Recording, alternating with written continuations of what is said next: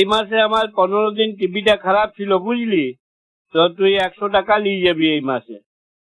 মানে মানে আর কি, 15 দিন আমার টিভিটা চলে নাই, তো তোর তো কেবিল পুড়ে নাই, তো তোর জন্য তো আর তোকে আমি তো আর পুরো মাসের টাকাটা দিব নাই, ওই অর্ধেক দিনে নিয়ে যাবি।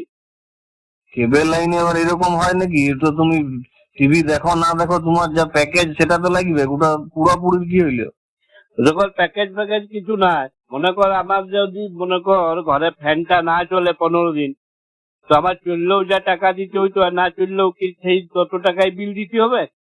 যদি আমার ঘরের লাইট গুলো না জ্বলে, তাহলে পরে ওই জ্বললে পরেও ইলেকট্রিক বিল যত আসবে, আর না জ্বললে পরেও কি ইলেকট্রিক বিল ততই আসবে না কম না না আসবে? না না, ব্যাপারটা দেখো, তোমার এটা তো সে ওটা দুটো জিনিস দুরকম হয়ে গেল না।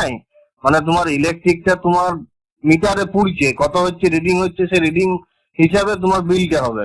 কিন্তু কেবেলে তো তোমার ওরকম কোনো মিটার সিস্টেম নাই যে কত পুড়ছে রিডিং হচ্ছে সেই হিসেবে টাকাটা নেবো আমি। না ওটা তো যা শোন শোন শোন, ওইরকম যা খুশি মন গুড়া বলে দিলে তো আর হবে নাই।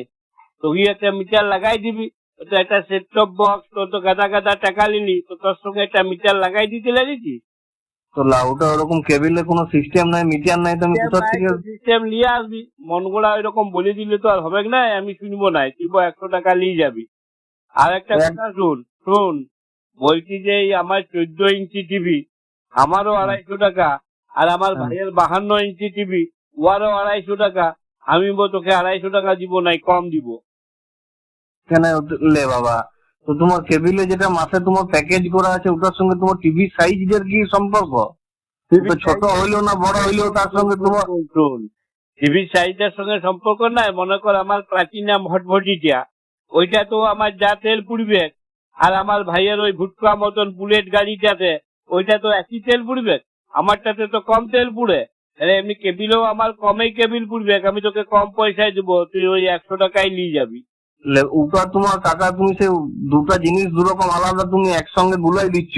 না না, তো গাড়িটার সঙ্গে তোমার কেবেলটার কি সব?